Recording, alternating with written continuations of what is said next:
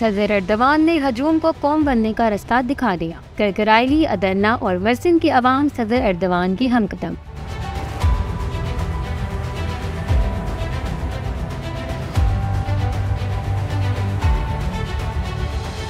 तुर्क सदर रजब तय्यिब एर्दोगान की आवाज़ पर तुर्क अवाम ने लब्बैक कह दिया। सदर एर्दोगान ने अपनी इंतखाबी मुहिम के सिलसिले में अवाम को आवाज़ दी तो तुर्क अवाम ने भी इनको मायूस नहीं किया। जस्टिस एंड डेवलपमेंट पार्टी की जानिब से अदरना, करकराइली और मर्सिन में सियासी जलसों का इनेकाद किया गया, जिनमें शरीक अवाम का जोशो खरोश दीदनी था। अवाम के चेहरों पर आया था कि वो तुर्किया के रोशन मुस्तकबिल की उम्मीद लिए तय्यिब एर्दोगान के साथ चलने के ख्वाहां हैं। मर्सिन में आप पार्टी की सियासी रैली से खिताब करते हुए सदर एर्दोगान ने कहा कि खुदा का शुक्र है कि जिसने मुझे तुर्किया का बेटा, तुर्किया का एक फर्द और मर्सिन का साथी बनाया। उन्होंने वाज़ेह किया कि मर्सिन का तुर्क ज़राअत, सनत और तिजारत में एक अहम मुकाम है और यहाँ का कपड़ा पूरे तुर्किया को दिलकश रंगों से मुज़य्यन करता है। यही वजह है कि मर्सिन पूरे तुर्किया के दिल में बसता है। अदन्ना में सियासी रैली से खिताब करते हुए सदर एर्दोगान ने कहा कि हमने पिछले 21 बरस में तुर्किया के तमाम 81 सूबों की यकसां तौर पर खिदमत की। हमने सब मुकामात पर फलाही मंसूबे तरतीब दिए और फिर इन्हें तकमील की राह दिखाई।